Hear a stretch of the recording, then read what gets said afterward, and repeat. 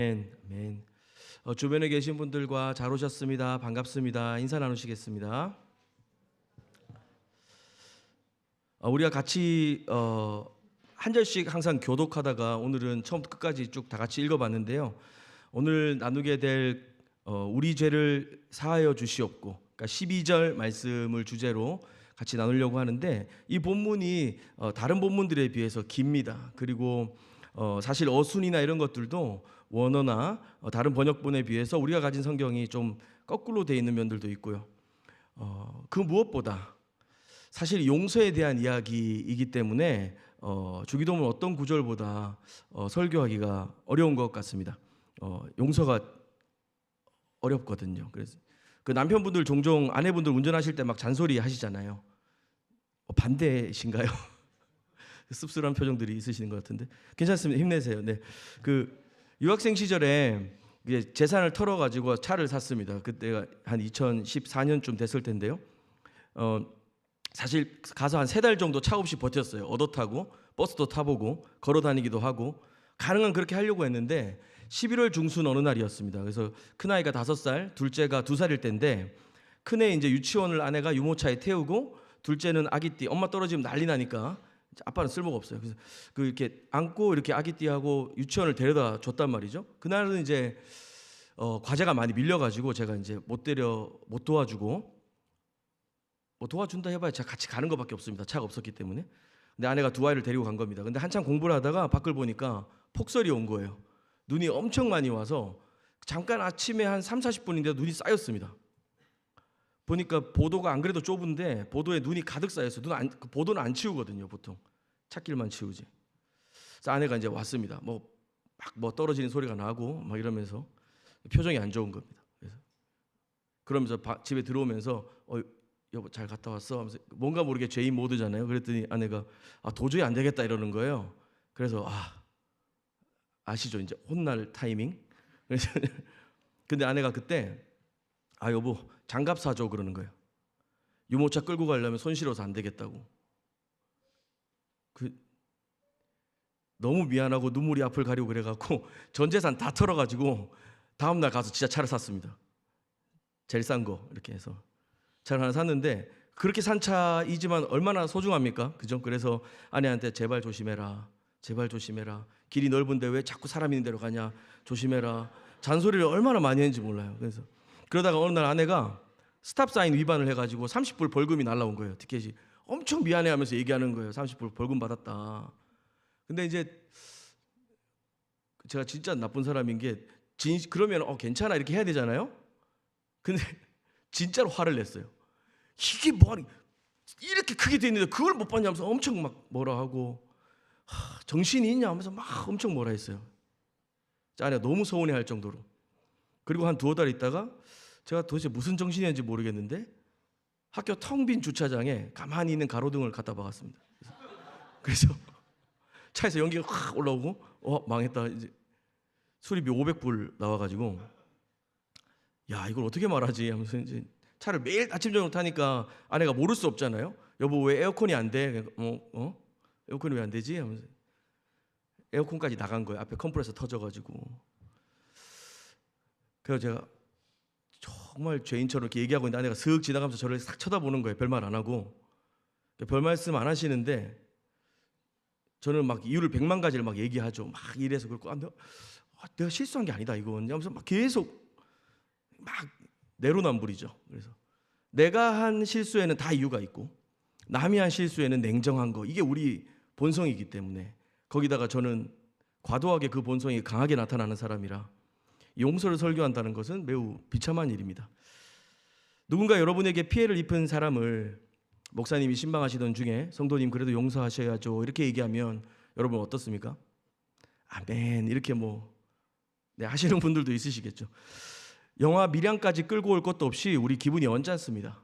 어쩔 수 없이 용서해야 할 때도, 용서하지 않으면 내가 피해를 입을 것 같은 그 상황에도 우리는 어떻게든 그 사람이 죄책감이나 미안함을 느끼게 만들려고 온갖 애를 다 씁니다.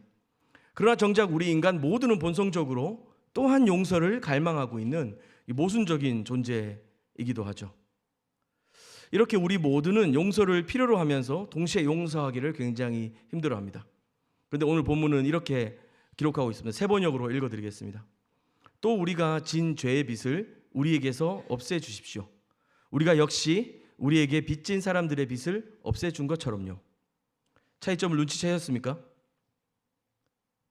아니면 영어로도 한번 보겠습니다. 늦은 저녁에 죄송하지만 영어로 한번 보겠습니다.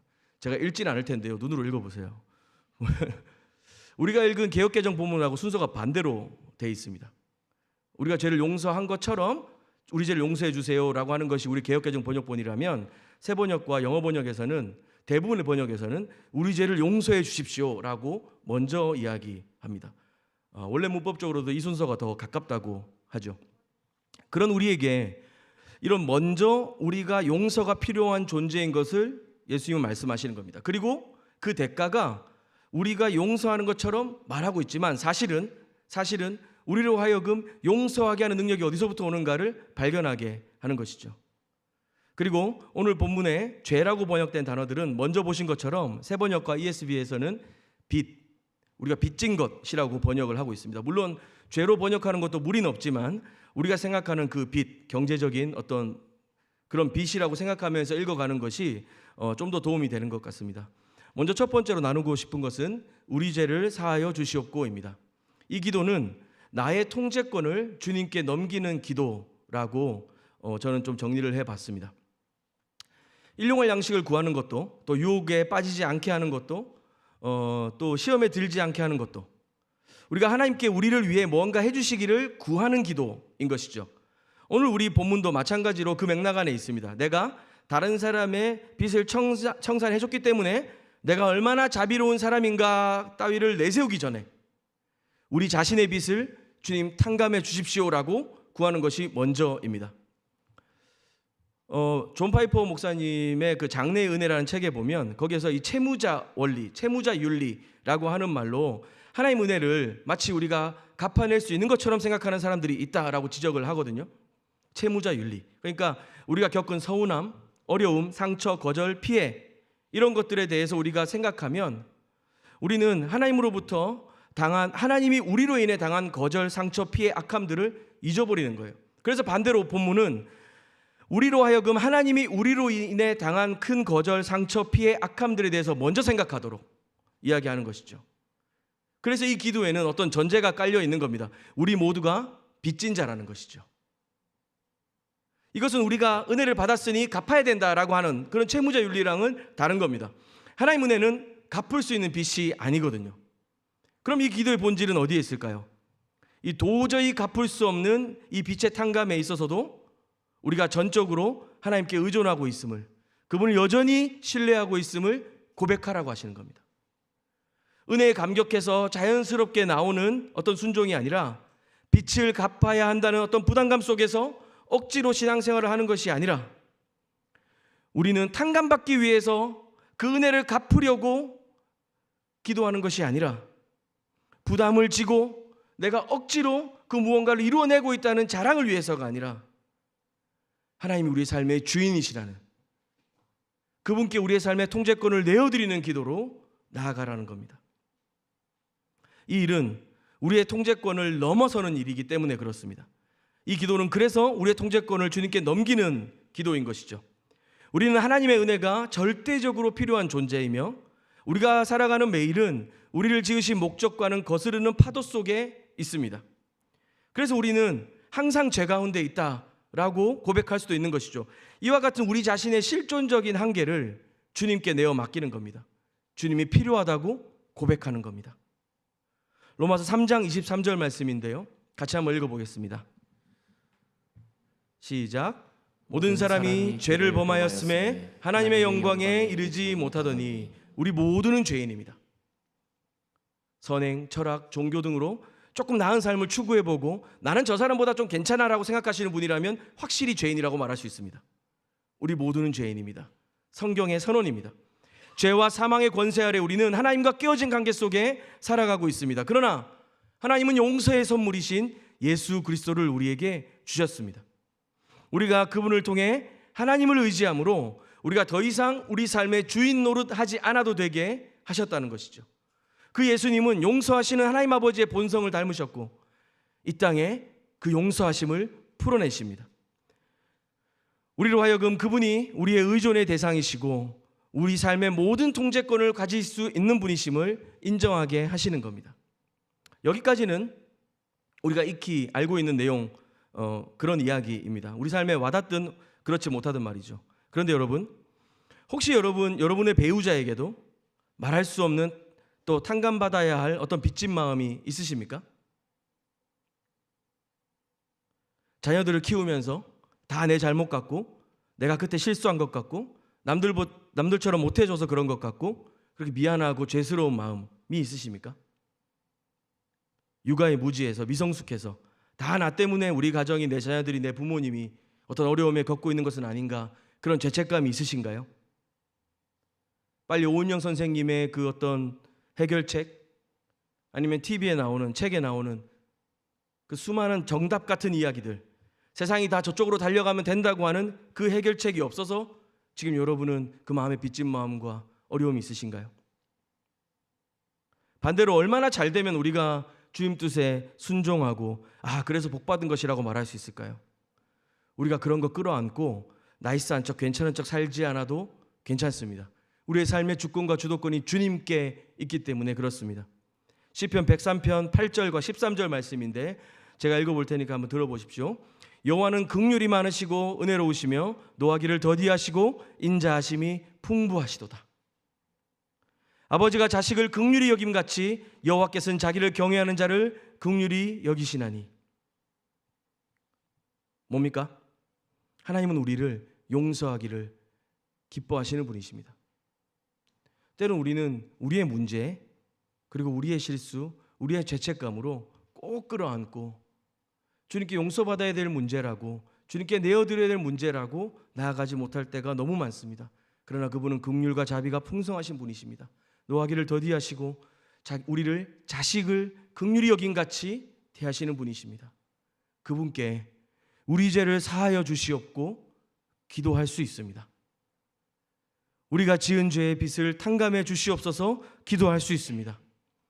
주님 앞에 엎드려 우리의 삶의 통제권을 주님께 넘겨드리는 기도로 나아갔으면 좋겠습니다.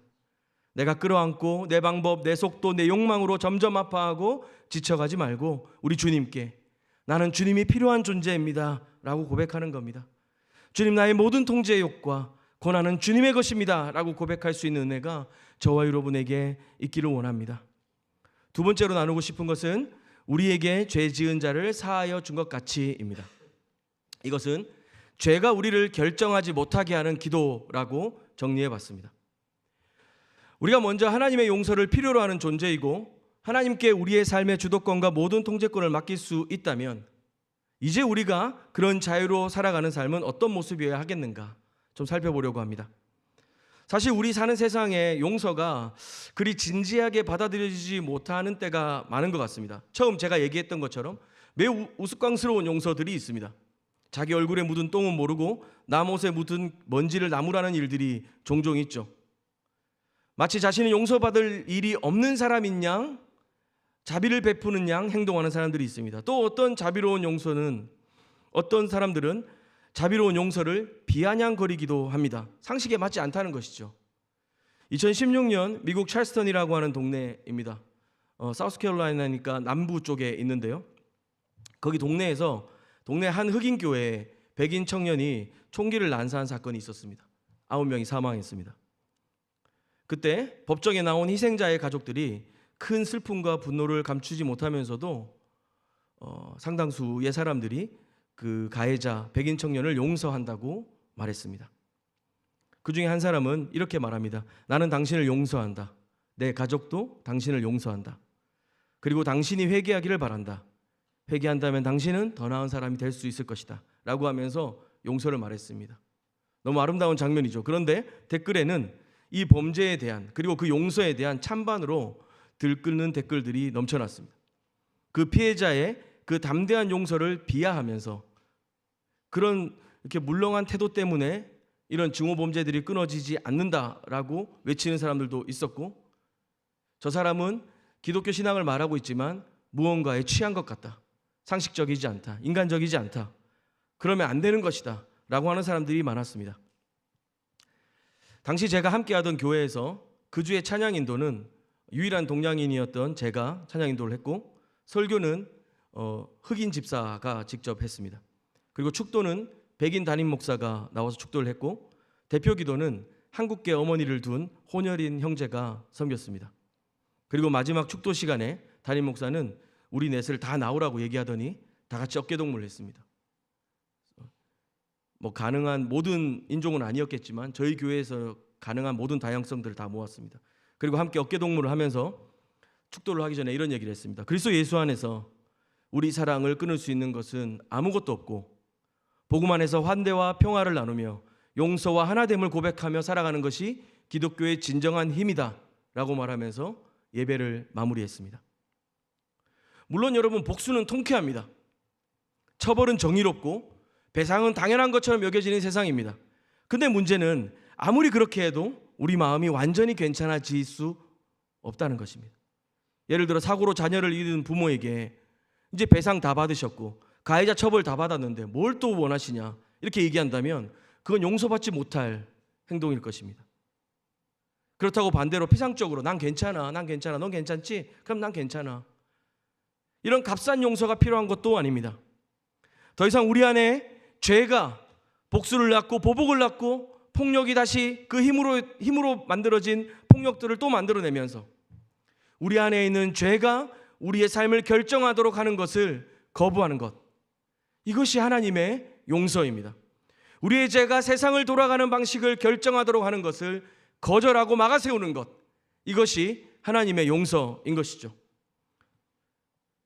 오늘 읽은 12절 말씀에 우리가 우리에게 죄 지은 자를 사하여 준 것 같이 우리 죄를 사하여 주시옵고, 이 기도는 이미 용서받은 자로 온 우주의 창조주 하나님께 모든 빚을 탕감받은 우리가 이제 참으로 서로와 이웃의 빚을 용서해 줄 수 있음을 고백하는 기도입니다. 베드로는 예수님께 그러니까 그래도 한도가 있을 거 아니에요. 예수님, 뭐 용서 좋은데 한도가 있을 거 아니에요? 이러면서 질문을 합니다. 몇 번 하면 될까요? 자기 딴에 생각해서 뭐 한 7번 괜찮습니다, 뭐 이런 얘기를 합니다. 그랬더니 예수님 대답은 490번이죠. 근데 이게 뭐 계산하니 490번인데요. 사실 그 숫자가 중요한 건 아니었습니다. 왜냐하면 그 말씀을 설명하시는 구절이 있습니다. 마태복음 18장 33절인데 함께 읽어보겠습니다. 시작. 내가 너를 불쌍히 여김과 같이 너도 내 동료를 불쌍히 여김이 마땅하지 아니하냐 하고, 주님이 우리를 용서하심 같이, 주님이 우리를 긍휼히 여기신 것 같이, 주님이 우리를 사랑하시는 것 같이 우리가 형제 자매를 용서하고 그들을 긍휼히 여기라고 말씀하시는 거죠. 495번으로 될 일이 아닌 것입니다. 우리가 우리에게 죄 지은 자를 사하여 주는 것, 우리에게 빚진 사람들의 빚을 없애주는 것은 주님이 하신 일을 떠맡는 것입니다. 용서하라 하시니 그냥 소극적으로 세상에 아무 목소리 없이 그냥 살아가는 것이 아니라 우리가 이 땅의 게임 체인저가 될 수 있도록 주님이 부르셨다는 겁니다. 그 말씀을 하시는 거예요. 우리가 그냥 희생자로 그냥 작은 목소리로 밀려나서 사는 것이 아니라 그냥 피해자로 용서 쿠폰 나눠주는 그런 사람이 아니라 너희의 용서는 세상을 바꿀 수 있고 승리할 수 있다는 말씀을 우리에게 주시는 겁니다. 주님이 하신 것처럼요. 그분이 우리를 어떻게 불쌍히 여긴 줄 아십니까? 십자가에 달려 물과 피를 쏟으시며 육체적인 고통뿐만 아니라 모든 제자들과 무리들의 거절을 받으셨습니다. 그리고 하늘 아버지로부터 침묵으로 응답을 받으셨습니다. 그분의 그 외로움과 서러움, 고통, 절망, 말 그대로 그 죽음 가운데서 예수님은 십자가를 견디셨습니다. 그렇게 하지 않아도 되는 분이셨습니다. 내가 너희를 위해서 얼마나 고생했는데, 내가 너 때문에 얼마나 희생했는데 네가 이러면 내 인생이 뭐가 남니? 다 너를 위해서 한 일인데 하나도 모르고 제멋대로 하는구나 하시면서 주님이 그 십자가를 떨치며 내려오시지 않았습니다. 그때 십자가 근처에 예루살렘과 저와 여러분이 없었으니 부담이 덜 하십니까? 그분은 하나님이십니다. 저와 여러분이 수많은 신앙 콘텐츠와 종교 행사를 누리면서도 예수님의 성품을 닮아가기는, 그분의 삶을 따라가기는 거절하고 예수님과 세상을 겸하여 섬기고 오히려 남들 없는 데서는 예수님 없는 것처럼 살아갈 것을 주님은 이미 아셨습니다. 내 욕망과 미래를 위해 예수님을 액세서리처럼 여기고 그저 세상 성공하는데 도움되면 기도도 해보고 교회도 나가보고 봉사도 해보는데, 아니면 그냥 접을 수밖에 없는 우리의 연약함도 주님이 다 아셨습니다. 그러나 그분은 십자가를 견디셨습니다. 저와 여러분을 불쌍히 여기셔서 아버지, 저들을 사하여 주옵소서. 자기들이 하는 것을 알지 못함이니이다. 그리고 십자가에서 다 이루었다라고 말씀하셨습니다. 그분이 우리 빚을 다 갚으셨다고 선포하신 것입니다. 우리가 하나님께 범죄했을 때 하나님도 우리에게 받을 빚이 있으셨습니다. 그리고 그분은 우리에게 진노와 저주를 내리심으로 그 빚값을, 대가를 치르게 하실 수 있었습니다. 그러나 그렇게 하지 않으셨습니다. 로마가 그렇게 하고 세상이 그렇게 하고 많은 사람들이 그렇게 하는 것이 정의롭고 공의롭고 옳다라고 말했지만, 예수님은 대신 그 빚을 갚으셨습니다. 이 용서의 크기가 얼마나 큰지 우리가 그것을 알아가면 알아갈수록, 주님 나의 죄를 용서하여 주시옵소서 기도하면 기도할수록 우리는 용서할 수 있는 힘이 더 강해질 수 있는 것입니다. 골로새서 2장 말씀입니다. 우리가 함께 읽어보겠습니다. 시작. 또 범죄와 육체의 무할례로 죽었던 너희를 하나님이 그와 함께 살리시고 우리의 모든 죄를 사하시고 우리를 거스르고 불리하게 하는 법조문으로 쓴 증서를 지우시고 제하여 버리사 십자가에 못 박으시고 통치자들과 권세들을 무력화하여 드러내어 구경거리로 삼으시고 십자가로 그들을 이기셨느니라. 아멘. 폭력을 통해 이 삶을 왜곡하고 있는 이 세상은 그리스도의 십자가에서 그 정체가 폭로되고 패배했습니다. 깨어지고 망가진 우리 시대의 사회와 교회와 가정에 우리가 그 가운데 있는 것은 그 하나님의 용서를 풀어내기 위함입니다. 우리가 하나님 앞에서 용서받음으로 우리 삶 속에 죄와 악의 지배가 깨트려집니다. 이 용서가 가져다주는 자유와 은혜는 우리가 다른 사람을 용서함으로 더욱 확장되고 더욱 강력해집니다. 우리에게 용서를 명하실 때 예수님은 우리에게 자신이 하신 것처럼 하라고, 이 세상을 긍휼히 여기고 사랑하신 그 역할을 맡겨주신 것입니다. 세상을 바꾸라고, 한없이 반복되는 이 보복과 복수의 굴레 속에서 멈추라고, 그것을 막아세우고 하나님 나라가 무엇인지 보여주라고 하시는 겁니다. 누가복음 11장에 보면 주기도문에 누가복음 버전이 있는데, 거기에 보면 우리가 우리에게 죄 지은 자를 용서한 것 같이 해서 용서는 아피에이미라고 하는 헬라어를 씁니다. 그냥 놓아준다 이런 뜻입니다. 잊어버린다는 겁니다. 내게 해를 끼친 것, 내가 상처받은 것, 억울한 것, 감정까지도 다 포함하는 거 아닐까요? 늘 용서하지 못함은 사실 자신이 가장 큰 피해자가 됩니다. 그것은 굉장히 파괴적이라 공동체뿐만 아니라 자기 자신도 무너뜨립니다. 놓아보내기 위해서 주님의 특별한 은혜가 필요합니다. 우리가 손해보는 것 같을 겁니다. 그러면 내 마음은 누가 알아주나 싶을 겁니다. 그러나 그래서 은혜를 우리는 더 깊이 깨닫게 될 것입니다. 주님이 우리를 향해 한 번도 그렇게 책망하지 않으셨던 것처럼 우리의 용서는 그 은혜의 질서로 이 세상을 변화시키는 담대한 기도가 될 것입니다. 말씀을 마무리할 텐데요, 우리가 사랑의 원자탄의 손양원 목사님 같은 삶은 아니더라도 우리 한 번 더 용서하고 사랑하는 일에 용기를 내었으면 좋겠습니다. 우리가 매번 외우고 반복하는 이 주님이 가르쳐 주신 기도 안에 우리가 하나님께 전적으로 의존된 주님의 용서가 필요한 존재라는 사실을 발견하고, 그리고 그 안에 담긴 복음의 아름다운 격려와 위로를 기억했으면 좋겠습니다. 우리가 서로 용서함으로 더 이상 죄가 왕노릇하지 못하는 세상으로 빚어갈 수 있다는 것, 이것은 오늘 우리 삶의 실존, 가정, 이웃, 직장, 교회, 열방 안에 하나님의 일하심에 우리가 적극적으로 참여하고 순종하는 일이 됨을 기억했으면 좋겠습니다. 그런데 그 용서가 우리와 가까운 사람들일 때는 더 어려운 것 같습니다. 그 용서의 대상이 우리의 가정이나 우리의 자녀들이 될 때는 너무 어려운 것 같습니다. 나의 실수와 연약함을 인정하고 나는 최선을 다하고 잘하려고 한 거지만 결과가 내 기대 같지 못해서 스스로 책망되고 눈물 나십니까? 그러나 여러분, 주님 앞에 나오십시오. 주님께 여러분의 연약함과 실수와 실패를, 용서를 구하십시오. 주님께 인생을 맡기십시오. 그분께 통째권을 내어드리십시오. 그리고 우리 생각에 옳은 일, 좋은 것, 바른 것이라 생각되지만 다 그렇게 받아들여지지 못할 때 억울하고 화나시죠.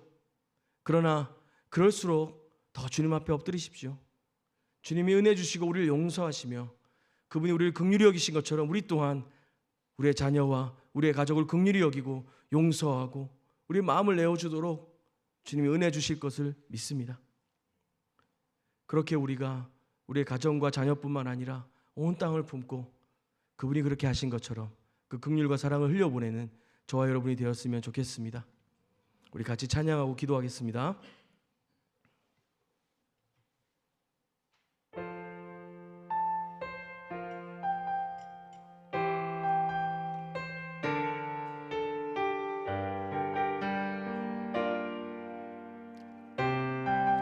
은혜로 날 보듬으시고, 은혜로 날 보듬으시고, 사랑으로 품어주셔도, 사랑으로 품어주셔도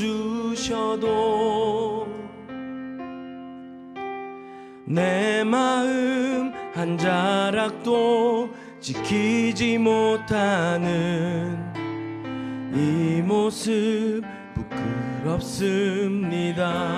한 번 더. 은혜로 날 보듬으시고, 은혜로 날 보듬으시고, 사랑으로 품어주셔도, 사랑으로 품어주셔도 내 마음 한 자락도, 내 마음 한 자락도 지키지 못하는 이 모습 부끄럽습니다. 매일 마주한 슬픔을 견뎌 나가며 주 예수의 마음을 닮아가네. 두려운 걸음마다 주가 동행하니 주 의지하며 오늘을 걷네. 주의 신실한 소망을 깊이 담으며 주 예수의 풍요를 채워가네. 하나님의 자녀로 명예 지켜가며 깊어진 삶을 주께 드리네. 따스한 곁을 내어주신, 따스한 곁을 내어주신 주님 앞에 나아갑니다. 표현 못할 긍휼로, 표현 못할 긍휼로 나를 붙드시는 주 이름만 바라봅니다. 매일 마주한 슬픔을 견뎌 나가며 주 예수의 마음을 닮아가네. 두려운 걸음마다 주가 동행하니 주 의지하며 오늘을 걷네. 주의 신실한 그 소망을 깊이 담으며 주 예수의 풍요를 채워가네. 하나님의 자녀로 명예 지켜가며 깊어진 삶을 주께. 우리 한 번 더. 매일 마주한 슬픔 견뎌가며, 매일 마주한 슬픔을 견뎌 나가며 주 예수의 마음을 닮아가네.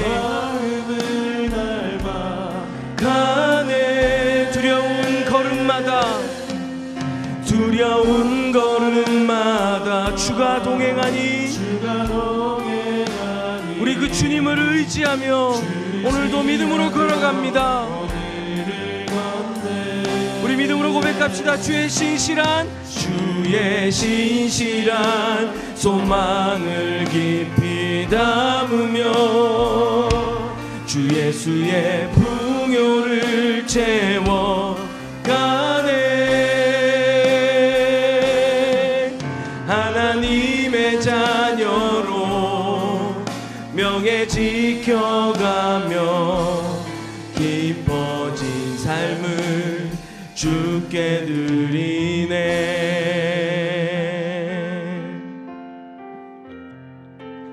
시편 51편 말씀입니다. 나를 주 앞에서 쫓아내지 마시며 주의 성령을 내게서 거두지 마소서.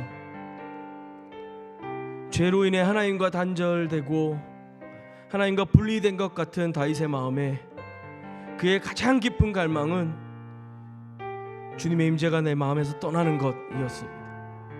죄는 인간과 하나님을 분리합니다. 계속된 죄 가운데 회개 없이 익숙해져 버리면 하나님과 관계가 단절되어 버립니다. 버림받은 것 같고요, 기도를 해도 성경을 읽어도 예배를 드려도 주님 앞에서 쫓겨난 것 같습니다. 그리고 하나님과의 관계가 막혀있다는 사실조차 고통스럽게 느껴지지 않는 때가 옵니다. 그러나 여러분, 우리는 긍휼하심을 받고 때를 따라 돕는 은혜를 얻기 위하여 은혜의 보좌 앞에 담대히 나아갈 수 있는 자들로 부름받았습니다. 용서받은 자들로 살아가십시오. 주님께 우리의 삶의 통제권을 내어드리는 기도로 나아갑시다. 스스로 의롭다고 착각하며 내 실수에는 관대하고 남의 잘못에는 냉정했던 나를 용서해달라고 기도합시다. 매일의 삶에서 은혜 없이는 살아갈 수 없는 존재임을 기억하며 주님 앞에 내 마음속에 있은 뿌리와 오래된 미움과 정당화된 분노를 흘려보내고 내어보낼 수 있도록 주여 도와주시옵소서. 내가 용서한 것 같이가 아니라 주님 나를 용서하게 하소서라는 기도로 바꾸어 주시도록 주님 앞에 다시 한번 우리의 삶의 통제권을 올려드리며 용서받은 자로 합당한 기도로 주님 앞에 나아갔으면 좋겠습니다. 함께 기도하겠습니다.